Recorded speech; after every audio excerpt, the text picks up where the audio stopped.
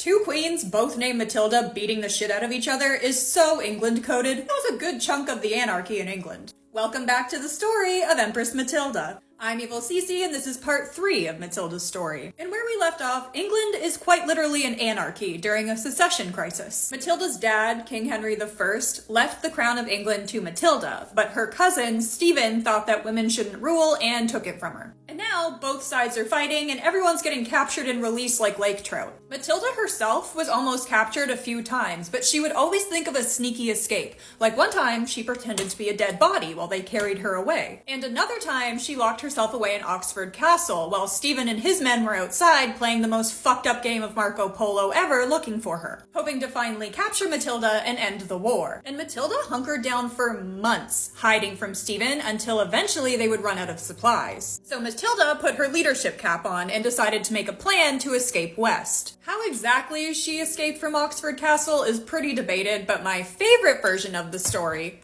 is the one where her and her men dressed in all white to camouflage themselves against the snow, and then they shimmied down a rope and escaped to safety. And so Steve and Matilda continue to just battle it out for England. But Matilda's not alone in this fight. Her husband is the Count of Anjou. And so her husband, Jeffrey Planet Fitness, is fighting for her cause in the north of France and Normandy. And with Anjou and now Normandy, her husband had control over a very large portion of France, like neck and neck with the French king type of power. It is a mess. They call it the anarchy for a reason. And it's playing out for so long with no real end in sight that eventually the powers supporting Matilda kind of break apart to other interests. In the 1140s, a crusade takes precedence, and a lot of the French lords pull their support from Matilda in order to attack Lisbon for Jesus. And around this time, her half-brother slash bestie, Robert, dies. So the fighting is in a bit of a lull. And once Robert died, she bounced.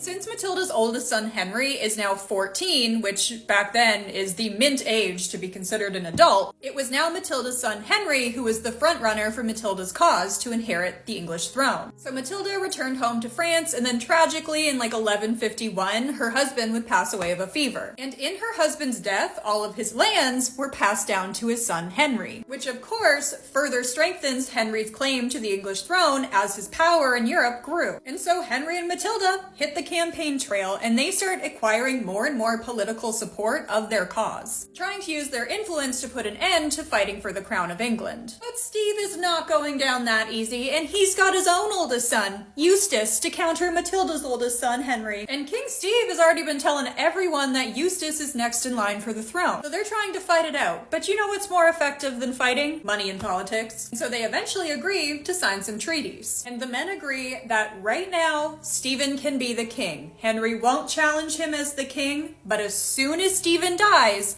the crown goes to Henry. None of Stephen's punk-ass kids, and who knows if Stephen intended to stick to that treaty, but it didn't really matter because Stephen's oldest son Eustace died. It was pretty sudden and shocking, and quickly after that, King Stephen himself died. Matilda wins. Her son Henry is named King Henry II of England, and he's crowned using a crown Matilda herself brought to England from the Holy Roman Empire like 30 years before. Because of course, Matilda was always the true royal blood of England. And so now, Matilda's just kind of chilling in Normandy. She's not at war with anyone, and she would act as sort of a government official, with her name appearing alongside her son's in a lot of official documents, like royal decrees or whatever. And she would often advise her son on a range of issues, so he was kind of shit at listening to her. She told him to keep his slimy little ass out of Ireland, but he wanted to conquer it so bad that he started a centuries-long conflict after she died, and Lord knows what else. In her later years, she would retire, spend a lot of time with her family and her grandchildren before passing away at home in September 1167. And that, my friends, is the story of Empress Matilda. If you liked this video, comment, share, repost, whatever you have to do to make sure the app knows you like it,